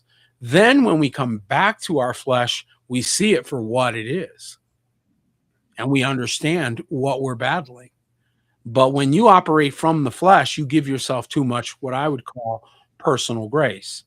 Instead of extending grace to your brethren, which is where the grace belongs, you decided you deserve all of it. Which brings us to another problem, which is the definition of flesh. If you ask most believers to define flesh, they'll say pornography. Excuse me. Before there ever was something called pornography, there was the works of the flesh. So that's another topic for another time. That's right. And look at the works of the flesh. Look at the things. What did Yahuwah say? It's better to have a corner of a rooftop than to live in a large house with someone who is contentious. What does that mean? This versus cooperative. We're submitted, part of the same team. If you go in the huddle and the quarterback says, all right, we're going to run a right flank, and somebody goes, oh, man, that stupid play again. Yeah. What did you just say? Oh, nothing. No. You my wide receiver. Then comes the whistle, delay of game. Yeah, I'm gonna go ahead and call timeout. I'm gonna go out, and guess what's gonna happen? Coach's gonna pull you out of the game. Yellow flag, delay of game. Too much talking, not enough playing. Right. Yeah, right. You're on here arguing about what you think should be happening. I'm the quarterback. It's my role to give you the play. That's my job. And now you butt hurt. I'm just calling it what it is. You're mad because you don't like the play. Can I give you another? Can I give you another definition of kingdom? What's that? I like yours. Kingdom over and domain, and the king over his domain. But this is the Queen's New York version. King over your dumb. Yeah. Give me all your dumb, and I'll be king over all your dumb. Not to mention your dung. Right? Yeah. Well, we're moving out of dumb, right? So I want to be king over all that is dumb in your life. Here's another way to put it. You're moving out of the dog's territory. So the more you move into the things of the Ruach, when weren't there dogs outside? Just answer that question. When weren't there? They're always, where'd the snake come from that came to the garden? Where'd he come from? Happyville. Okay, there are always dogs outside. Right, you got to get used to it. You got to walk by dogs. Revelation 22, get over it. All right, those of you who were thinking they were all, no, this is part of the process. It's not about them. You guys are looking the wrong way. We're not fixing them. He's fixing you. Salah. He's using them as props. That's all they're for. They're there to bug you. And growth for leaders is very difficult because leaders by definition think they know more than they think they know, and they don't like people speaking into their life and their ministry. And they've been hurt so many times by criticism that they don't imagine that someone should or could speak into their life to redirect them from a wrong direction, because they've been wounded and betrayed so many times. And I don't care who you are. I don't care what your name is. And I don't care what DHD and DHP and PhD is next to your name. Once you've been stabbed 49 times in 3 years by the closest to you, you're going to hesitate allowing people access. So that's a major problem for leaders. You're all leaders. You're all leaders, and I'll tell you why. Who can I trust as a leader to speak into my life because they have my best interest at heart? They're not competing, they're completing. Ooh. And they're going to push me in the right direction, because right now I don't feel like doing ministry. I'm low on energy, and I'm looking for a couple of years on the beach. Is there someone that can speak it? It's very intimidating. So I don't want people to think that everything that we talk about is to identify problems in their life. We got our own problems. It's just that, like you've said a million times, Yahuwah put the dogs and the thlipsis, so we go through the same process. That's right. And don't escape the trials and tribulations and the refining process that our fathers had to go through. That's right. No exceptions. No special program for you. Endure. And by the way, how many know that leader is not a title? You can't entitle someone and make them a leader. You can give them a name tag and say, you're a leader. Okay, here's your name tag. You know what that is? That's forced, imposed authority, which is specifically directly rebuked in Matthew Code 6, subsection, I think it's 29, right? This is violation of Kingdom Code, you know. KCC, not UCC, KCC. You're not allowed. That's right. Kingdom You're not Code. allowed to just put a title on somebody and force everyone underneath them to just obey. That's a Nicolaton if I've ever heard it. I said that's Nicolaton if I've ever heard it. That's Bingo. conquering people. That's why I sit with the people. I'm not on a podium. That's right. So instead, what is a leader? A leader, according to 1 Peter. But I had to learn that too, Peter. I had to learn that too, to come off the 3-step altar. I used to preach to people. Forget about cursing. I used to preach to people as king of the 3-step altar. If I was not on an altar looking down on the people, then in my sick mind, I wasn't the teacher. This is the sick mind that I had 40 years ago. You follow what I'm saying? I do, exactly. And that's why my next point was Go ahead. that 1 Peter 5 makes it clear what a leader is. And that is an example. And so whether you like it or not, you're all examples. The question is of what? You're all examples. The question is, are you an example of obedience? That's a submission, an example of honesty, integrity. What are you an example of? And honor, by the way, is a gift a man gives himself, and integrity is the fruit. Yeah. Okay. So, when you are competing, you have no honor. There's no honor among thieves. Yeah. So you are operating from an external input. You're trying to achieve something or have a certain accolade versus completing, which is internal. Mm-hmm. Internal maturity that's where completing comes from. It's very mature, and it's about doing it together versus the competition, which is dog eat dog. Okay. And one dog wins over the other dogs. Okay. That's very carnal. No one likes that. Everyone bristles at that. No one likes it. I love what you said one time. There was a guy who would come to my Zoom meetings, and then he would get everybody's phone number and email. And within 1 week or 2 weeks, they were contacted, and pretty soon they were in his kehillah, right? And I would lose them little by little. So, but I like what you said one time. He says, if you can convince my sheep that have been entrusted to me, they're not mine, they're Yahuwah's, but they've been entrusted to Remnant House. If anybody can convince those sheep to leave their fold, then I don't want them. I don't want them. The way I said it was, if you can take them, you can have them. You could take them, you can have them. If you can take them, you can have them. I don't They're want not. them They're back. not Psalm 1 planted. No, they're not. They're not planted according to They the are not your friends. qualifications of They Psalm 1. revealed their duplicity, and they revealed that they actually harbored something else in you. You should be immovable. He says so. It's very clear. Immovable, unshakable, always abounding unto the work of Yahuwah. And tree planted doesn't mean it's moving. So again, these are all messages that we get very plainly from the scripture, and then we just go ahead and ignore it. Oh, well, we don't ignore it. They ignore it. We just watch. But And did you when say we that watch, again? If you could take them, you could have them. you can take, if they're not planted and you can take them, you can have them. In Let other me words, this if way. you Let me shake put it them, like this. shake- That'll really rock all the populists, the people who think they have to be popular in order to be successful. I don't care. I'm gonna do what he told me to do, with or without you. I Bingo. keep proving it. In fact, the vast majority, I Bingo. get to say I did it without you. Yeah. That's So an you don't have any apostolic real bearing breakthrough on whether anointing. I'm going to do what I'm called to And- do or not. And that's why Abraham was also an apostle. Mm-hmm. That's 'Cause right. How much ground did Abraham and Sarah have to break? That's right. Say that again. How much ground did Abraham and Sarah have to break? No, I'm talking about the apostolic part. They had a life of breakthrough. They had from the womb to the tomb was a life of breakthrough. Where do you think I learned it from? I don't want to build on another man's foundation. Paul said, I don't want to build on another man's foundation. I'll tell you what makes Moshe Konachowski great in the kingdom is because I don't want another man. No other foundation can any man lay than that which is usual. I translate a new version. I teach a new understanding of the two houses. I teach a new understanding of the true name. I don't want to join someone else's work and borrow. No, I'm looking for fertile ground where I can build. I'm a builder, and that's what you are. And that's the apostolic breakthrough anointing. But you see, it's not a title. Notice I don't No, ever put no. the title there, because if I'm not bringing forth the fruit, the title is irrelevant. So here's the thing. In 2018, I followed Abraham's example.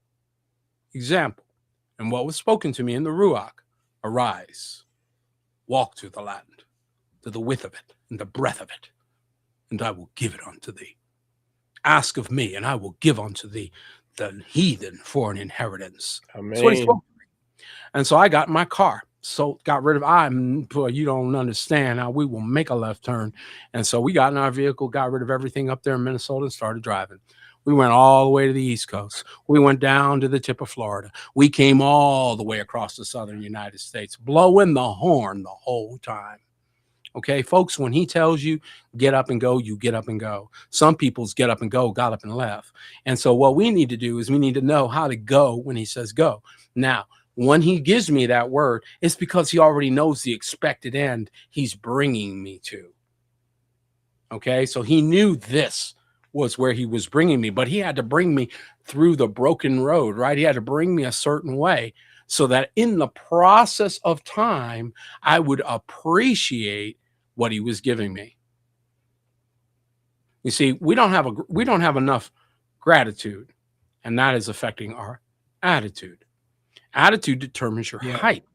The attitude of a wing on a plane, literally and figuratively and literally, it is called the attitude or the tip, which determines lift or drop.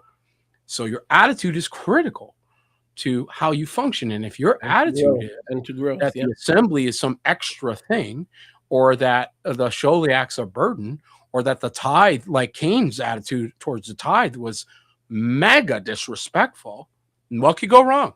What could go wrong with that attitude? I'm sure it's going to work out great. So getting back to attitude, a believer can give a tithe of $100. Oh, I love Lydia's question. Can I answer Lydia's question? One second. $100 and then $100. One is a cheerful giver. Paul addresses the attitude in 1 Corinthians 9, right? Yahweh loves a cheerful giver. He despises. He doesn't just reject. He despises someone who gives begrudgingly. So same gift, same $100. One is received and the other is not, as you said. Come on. As you said, because of attitude. And the attitude is a key part of growth.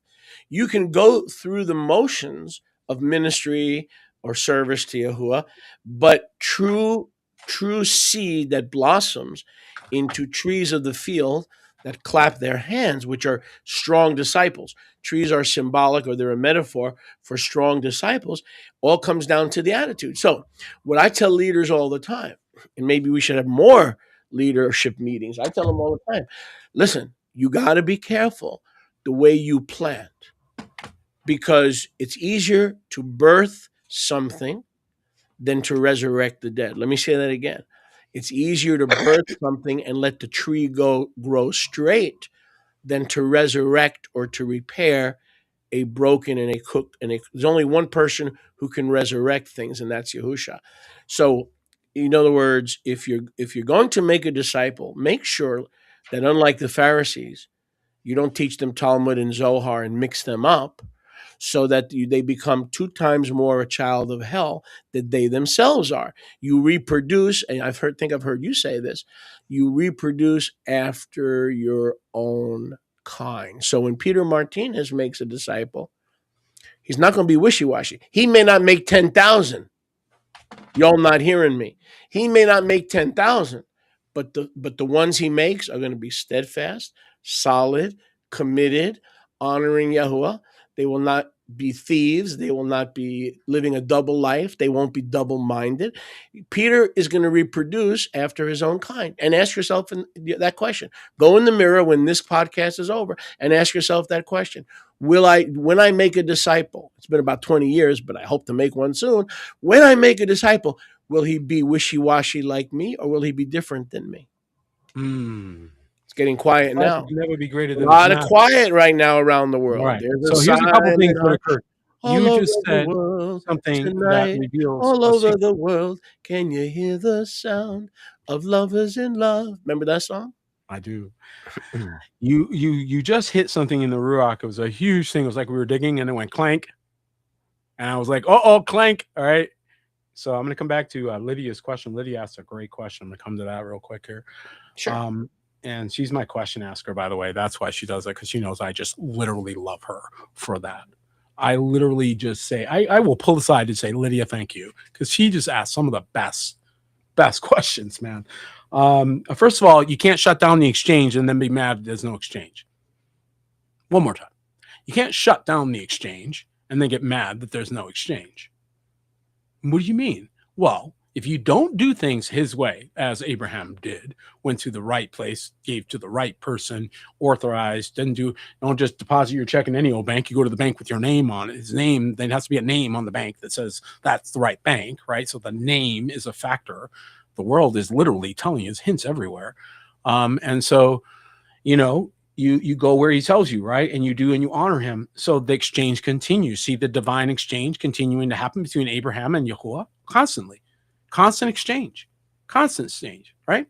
And so this is something that you cannot disconnect and then expect the same results. And a lot of times what people do, disconnect the exchange. They're no longer honoring him. They disrespect him weekly on like a regular basis until there's a crisis. Well, there's bound to be a crisis because of what you're doing, right? So that's inevitable. And sure enough, here comes the crisis. And then you want to reconnect the relationship. Then, when the crisis occurs. Anybody else smell foolish versions? I do. So there's no pre-thought. There's no preloaded respect. There's respect because of your circumstances. See the difference? That's not a Psalm 1 verses 1 through 3 heart. That's somebody that's in trouble that just needs some miracle, needs somebody to help them. Now, go back and look at all the people that get miracles. Where are they? What happened to them? Some people you prayed for, they got miracles. They're not even following. There's some people that you prayed and sweated over. They got what they asked for, and then they just dismissed him. This happens all the time. Okay? So number 2, the second point I want to make is if you're going to be my disciple, if you're going to hang out with me, I might want to warn you ahead of time, because there's certain things that he taught me how to do that I don't know that everybody else is doing. So one of the things you're going to learn to be, if you're my disciple, is you're going to learn to obey first, ask your dang questions later. Yeah. So you might want to go ahead and hit that exit if that is not the kind of discipleship you wanted. Because if you want that, he has to explain it to me first. I have to fully understand it first. in direct violation of Proverbs chapter 3, verses 5 and 6, which say, trust in Yahuwah with all your heart, not part of your heart, all your heart. What part? All your heart. And lean not upon thine own puny brain that can't figure out nothing fast enough. Okay, so don't lean upon your own understanding. In all your ways, just acknowledge him and duck. So when he says duck, you duck first, then you ask why. That's my secret. You want to be doing my it again? You're taking my notes. You're stealing my notes. You want to be my I disciple? told you to leave my notes alone, didn't I? What you do, you duck first, then you ask why. You don't say, explain it to me. You don't stand there with a hand on your hip, acting all big and bad. That's Come a good on. way to get your head knocked off. Instead, you humble yourself first. Then you say, now, why did we have to do that? Well, it was good that you humbled yourself because, first of all, the higher principle is obey him. The second principle is meditate. Right? So meditation requires time. You might want to duck first so you can meditate. And while you're sitting there, a few arrows are going to go, and you're going to go, oh, that's why. Never mind. So you know what I found as I walk with him? He doesn't usually have to explain. If I just obey him, I figure it out. Now, what's happening? Because I figure it out, there's internal calculation. There's high cognition. There's massive character development. There's calculation between fixed points. My volition is changing. My internal behavior is modifying, and I'm developing authenticity. Yeah, yeah. And the answer will come in the process of the obedience. Exactly. So everybody looking for answers on the outside of them are avoiding the class they know they have to take. You're all skipping the class, hoping to get crib notes instead of sitting in the class and just go through it. There is no shortcut. Do your sit-ups. And I'm going to apply that to Alliance leaders. The Alliance is now about 8 months old or 9 months old. So we got to start doing some growth, don't we? Outreach. Well, not just that. Let your yes be yes and your no be no. If you want to be a member and you want to be mikvah and you want to be get a piece of paper, whatever you need that we can help you with, that we'd like to help you with. Yes, it's going to turn out to be critical. You need to start showing up at the meetings. This idea of taking off and not letting us know, we're going to hold. What's the point? If I don't show up for 2 months to a meeting, if I don't show up for the apostles at the gates for 2 months and you don't ask where I am, how are you holding me accountable? I could be in the depths of sin and you don't give a damn about your brother. You don't see me on the apostles at the gate. So if you're going to be I can't speak for Peter. I can only speak for myself. You need to be, if you're going to miss a leadership meeting, leadership means you're an example to the flock. Let us know.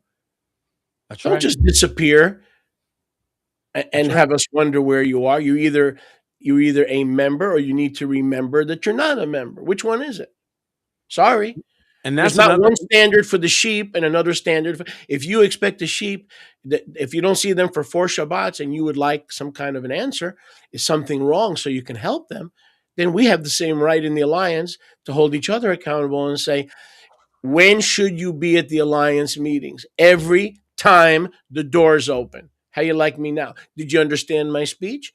Every time the doors open. Now, if you're in the hospital getting heart surgery, well, obviously you're excused. But just tell us ahead of time, because that's what you want your people to tell you. That's the way you want the sheep that have been entrusted to you to tell you. So this is a word for some folks, and please get your leadership in order so that your sheep can honor you the same way you honor your fellow leaders in the Alliance. If you're that's exactly correct, by the way. And so I want to affirm that, and I'm going to add something to that. Exactly correct. We need our brethren in the Alliance. Without each other, we don't hold each other accountable. Now, how many have ever started off a new year? And I know that we don't celebrate the new year when they do, but just work with me for a minute, where you're like, I'm going to start losing weight and I'm going to go work out and I'm going to do this and I'm going to do that. Right. And then 2-3 weeks go by and then that's it. That volition just went off the cliff. You forgot all about it. Why? You done lied to yourself, boy. Because the decision alone apparently wasn't enough. Fair? Can we all say that's fair? A decision alone wasn't sufficient. It was great. It was a great thought. It was a great beginning, but without the other elements, it's not going to succeed. And so one of the things that I noticed, of course, and that is a major, major problem, is that people worship themselves. Now, stay with me, folks. 666 is a big thing. 666 means I am in charge of everything, and I am the arbiter of all truth. And that means you're 666. You've got 666 on your forehead and on your deeds. Okay? And why? Because you believe you're the top of the heap. Now, how do you know you found your fellowship, your fold? I'll tell you how. Number one, you got a leader and leaders who don't worship you. That'd be a good start. They don't worship you. They worship Yahuwah. And you may think, oh, I wouldn't want to worship. Oh, take a closer look. You'll see they actually worship their congregations because that's where their money comes from. So they come beg you for money. Think it through, folks. Think it through. Now, fake growth. You want to also go to the place where you get flat, knocked down, unequivocally rebuked. Yeah. No, not just challenged, rebuked. And you want to know why? Oh, I don't have to tell you why. You tell me why, sweetheart. You tell me why you need an apostle or a pastor who ain't scared of you, who's willing to tell you, no, you're being an idiot. Why do you need that? Right. You're right. Because if you don't, you end up being in charge. Permanent idiot. Jezebel, don't you?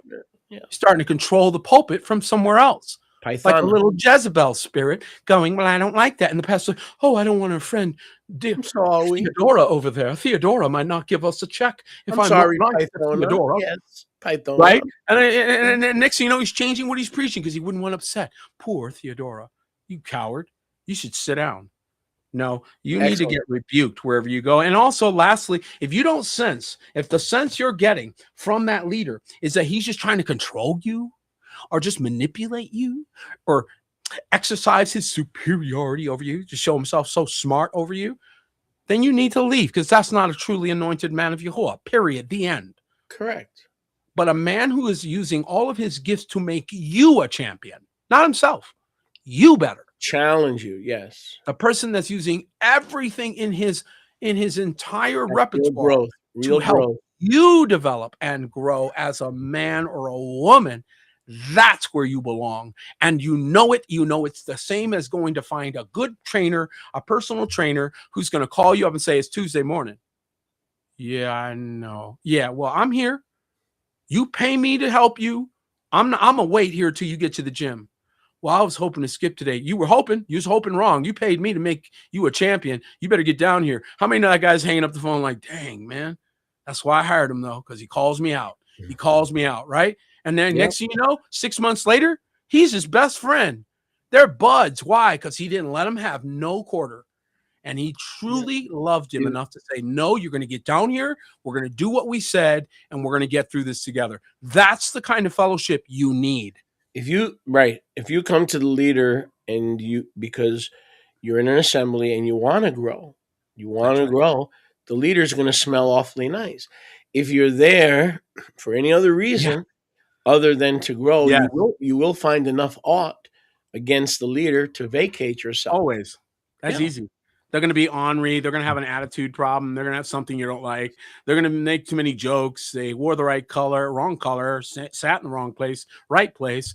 Who cares? Something. You'll come up with a reason, because if they can take them, they can have them. See, when the devil has a hold of you, he tries to take you, and if he can take you, he can have you. I told one sister who was new to our assembly a while back, and she was very defensive. I was trying to speak into her life. I was trying to correct her. She was very defensive. And I said to her, did you come down here to argue with me?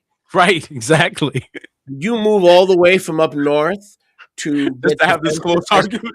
To get defensive? I said to her, lower your defenses. Take a deep breath. You moved 600 miles because you told me you trusted me, and you told me that my leadership touched your life. Okay, then don't argue with me now. Drop the defenses. Right. And I'm not yelling at you. I'm raising my voice to make sure you hear what I'm saying. I've been doing this for 40 years faithfully. You've been doing this unfaithfully, on and off, with slip sliding and backsliding. So should I listen to you, or should you listen? Man, you did or not should you listen to me? loud. I haven't backslidden 44 years. That doesn't mean I'm without spot or blemish. I am. but I haven't backslid. So should I listen to you or should you listen to me? Who's been the consistent one? And then she right away said, okay. I said, so when I correct you, Ouch. you don't need to get defensive because you're That's right. stunting your growth. The Thank you. topic today is growth. That's the Thank topic. you. Growth. Thank Child you. of Yahuwah, saint of Yahuwah. Don't stop your own growth. Look, I'm going to say something, Peter. Correct me if I'm wrong. So Peter and I are equals. I've always considered ourselves equal for these past 50 episodes. By the way, happy Jubilee. Mazel tov. Happy Jubilee. Episode number 50. All right. And I said to him, if I'm going to give you an example. I was kind of testing him. I'm a bad boy.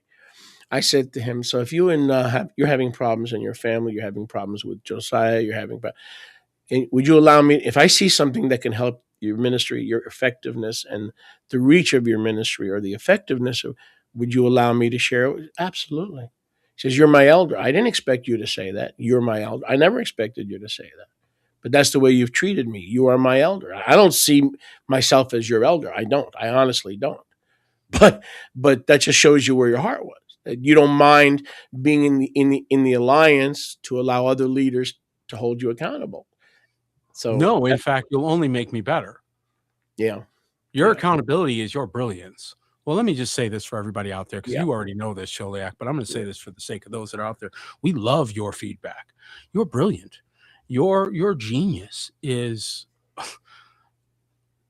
we can't live without it. Every joint supplies. So when you come along and say, well, Peter, you do this well, you do this well, you got all this, but man, there's just a couple things I'd like to make better. You kidding me? Man, I can't throw the door open fast enough for people that have a genuine heart. It's the ones that are coming only with complaints, right? Observation, first and foremost. So once again, it's not that you can't bring a COD. That's what I call it. I call it a COD. Complaints. Watch this now, everybody. Complaints, observations, and disagreements. COD. Okay? Complaints, observations, and disagreements. When do you bring those? Never first. Ever. Ever. Never. If you want to fight, no. So a recipe for a fight. You ready? Bring a COD first. Guaranteed fight. 100% of the time. If you, on the other hand, with wisdom and preloaded respect, able heart. See this? So you don't walk up to there and decide when you get to the altar how to behave. You already decide how to behave. Watch this now. You don't go to work and decide when you stand in front of the boss how to behave. You already went there with respect. You don't go to the president of the United States and decide then if you're going to be respectful when you're going there for a pardon, right? Or you're going there for something to get signed. You go preloaded with respect. When you go to a husband, if you're a wife, you don't go and decide, well, today I decided I'm going to respect you. I'm going to ignore 30 years of our life or whatever, and only today. No, that's a guaranteed way you're going to get into a fight. But if you walk in with respect preloaded, okay, preloaded, like Abel did, when he comes to the altar, his respect's already there. Abraham did with Melchizedek. David did. Solomon with the 1,000 bulls. All preloaded respect. When you do these things, now you've changed your posture. It doesn't change a single complaint, observation, or disagreement. So nobody told you couldn't say or feel whatever you feel like you need to say or feel. If your approach to a leader or to your pastor or to your shepherd or to your apostle is to immediately begin with displeasure and disrespect, that means you're not there to grow. You've got the sixfold ministry. You've got the sixfold ministry of fruit inspection. I don't see that. Yeah. I don't see that in scripture. There's no office of fruit inspector, is there? Nope.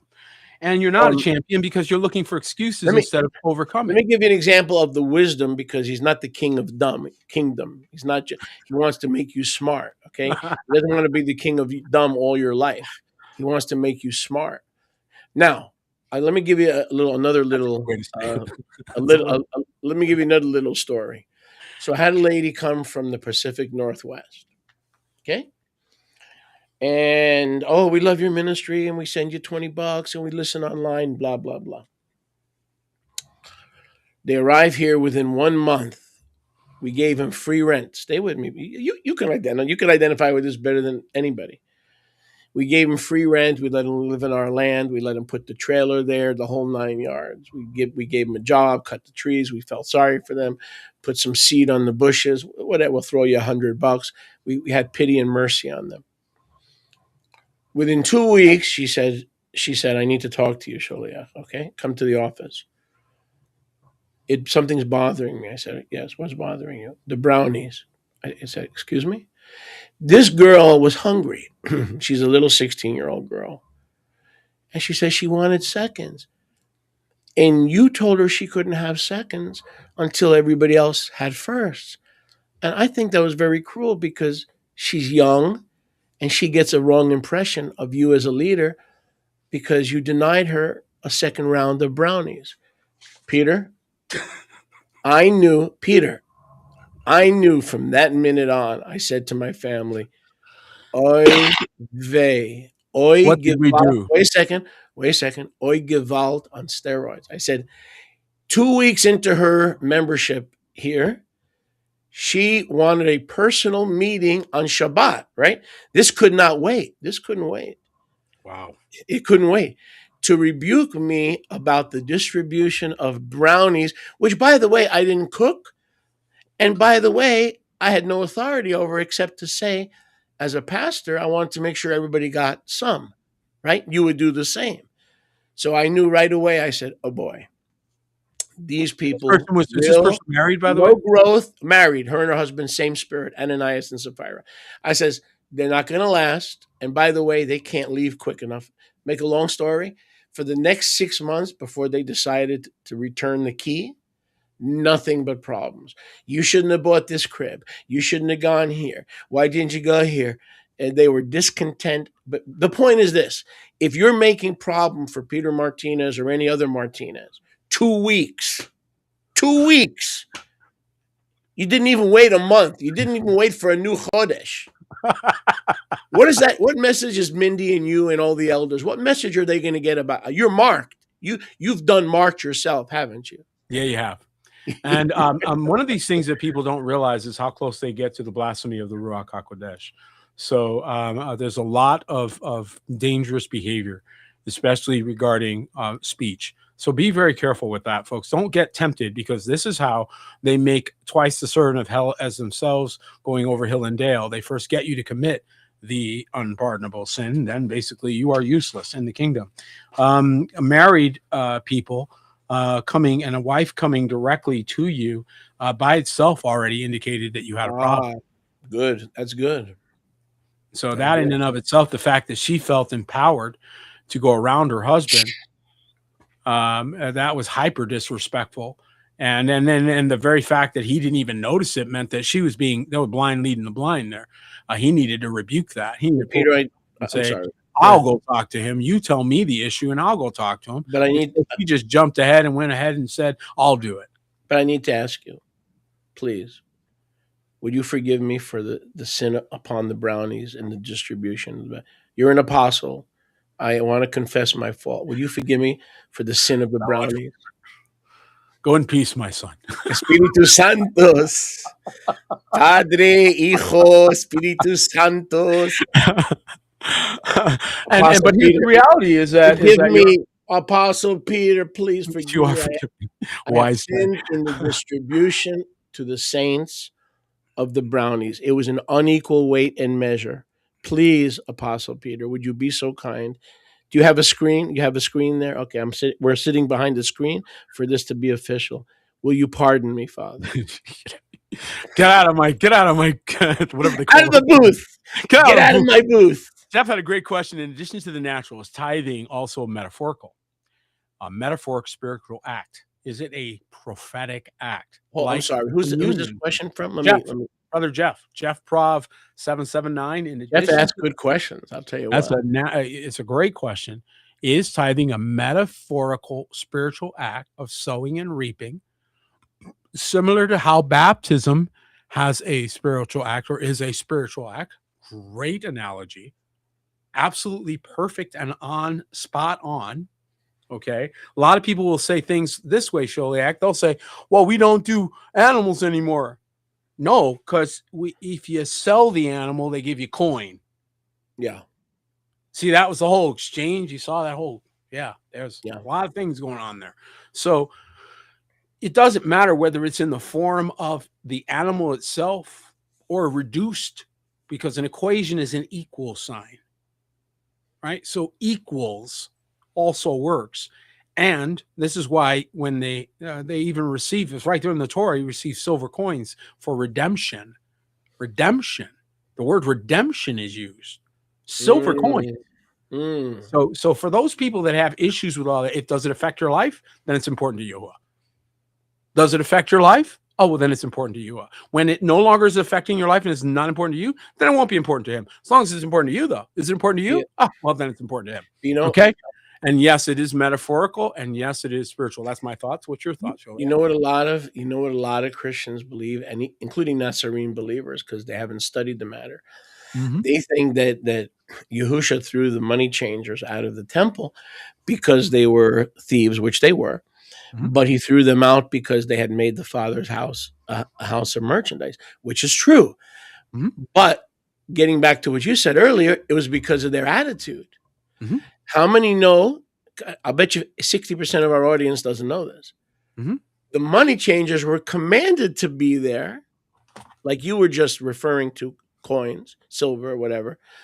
The money changers were commanded to be there by Torah. Did you know that? Did you know that Torah says if you come to worship Yahuwah on the Shalosh Regalim, the 3 foot festivals, okay, Matzot, Shavuot, and Sukkot, and you're too far to schlep a goat or a calf, okay, then you go there to the money changers and purchase your animal. So the money changers were supposed to be there. Yahusha didn't throw them out because they weren't supposed to be there. It was their attitude and their dishonest. So let me see if I got this, Sholiak. In order to bring the animal, you had to bring the money to buy the animal. So what was this about? Money was not the problem. Even, was what I mean? The logic of this nonsense. The problem was the unequal weights and measures. Yes. You were saying before the attitude. The problem, in other words, let me say this again for all you Jesus threw the money changers out of the temple and you shouldn't sell stuff. And let me explain something to you. Yahuwah is the one who put the money changers there so that people can worship him. But they turned it into a personal, dishonest aggrandizement. Money gaining trick. Rather than providing the vehicle and the means by which arriving pilgrims can worship Yahuwah. Okay, that is correct. How about that? Yahusha put a money changer in the temple. Think about that. See, most people don't understand that. And they'll say to me, where is that in the Torah? Well, I'll find the reference if you'd like. They were supposed to be there. Yahusha didn't say, oh my gosh, did this happen before or after buying and selling in the temple? No, Yahusha's the one who put them there. Was this before or after 70 AD? Before. Things changed at 70 AD. A new thing occurred, but here's what he's demonstrating in this process. He's letting you know ahead of time what he's going to be doing for the rest of the seasons that come. And so where is the temple? He already told you that. Where did he tell you that? Brit Hadashah. Where'd you learn? You are the temple. Okay. Now, you are the temple. Where's the kingdom of Yahuwah? Kingdom is within you. Okay, now we're catching up. And so you are the domain of the king. Okay, now we're catching up. And so where then would the money changers be? Oops. And what does the Messiah who's coming into his temple have to do with his whip? Well, he's got to whoop all money changers out of his temple. Let's go ahead and process that. You're the temple. Your love of mammon is the root of all evil. It is because of the love of the power to exercise power without love, which is what mammon gives you, that we have these issues.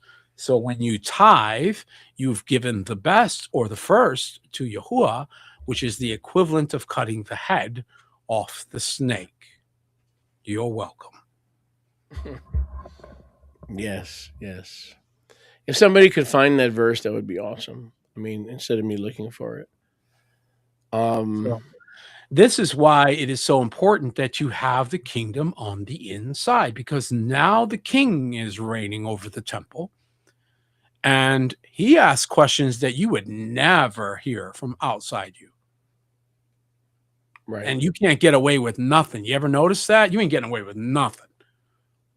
That's why we all want to, that's why people want religion. Alliance. Religion allows them to get away with stuff. Religion doesn't think of everything. And the Ruach don't miss things that religion misses. The Ruach will be there in the bathroom with you when you're making your decision. And I'm going to tell you, yesterday at the ARM, as a result of the ARM meeting, I had one or two of your people contact me. And they say, listen, thank you for that teaching, because it explains a lot of the stuff that's been happening here in Arizona recently. So we need that accountability and to Python spirit by far and away. Absolutely. And to encourage each other. And so it's, the alliances of Remnant Ministries is so important. Could somebody look up that scripture where the money changers were in the Torah? Because I've got to stop what I'm doing to do that. And I see we were basically at the end, but maybe we can post that, because I basically have to stop what I'm doing to look it up. Do you realize the podcast is over? We've gone ways. It goes so fast. I know. I just love talking to you. It goes, well, thank you. It goes so fast. My I word. I wish switching phones from T-Mobile to Verizon went that fast. You can go in there and stay there for 2 days. I walked into a T-Mobile store the other day. I almost peed my pants. I didn't see a counter. Wait a second. Let's end with this crazy stuff. I didn't see a counter. I didn't see a normal, storefront. I'm not modern. I'm not like the kids. I'm not the Gen Z, Gen B, I'm not any of those things. So I walk in there. I'm like, where's the salesman? Well, I don't know, but everybody's standing. Where are they standing? Then I see these little, you ever walk into one of these T-Mobile stores, right? Then you see these little tables, and I'm like, oh. So there's a little table that he must be the salesman. He's got the tie on. Yeah. But when you first walk in there, I'm like, what is this an auction? It's like, where's the counter? You know what I'm saying? You ever been in one of those? We're in a state of confusion right now. It's crazy, man. I got crazy. I like help. They're still hybriding the retail element in a digital world, and they don't quite know how to handle malls and retail and strips, and it's all falling apart because of that. So we'll talk about that in future broadcasts, guys. If you have any questions, please feel free to shoot them to us. And also want to just encourage you, if you're in need of a calendar, for lack of a better word. We don't really like that word, but that's the word that you all understand. We're going to be printing those. So there will be a form on our website, probably by the end of the day, if it's not there already, but it should be there by end of the day. So swing on by to remnanthouse.org and let us know that you want a physical printed calendar. We're going to be sending a bunch of them down to Yahtzee, so you guys don't need to worry about that. We'll just send you a bunch, and you can distribute them from there. We'll send you a good bunch of them, probably 20 or 25 of them, so you got a solid number. And then anybody else need any, just reach out to us and let us know, and we'll be happy to send them out. All right? We love you guys. Yes, that's it. We love you guys.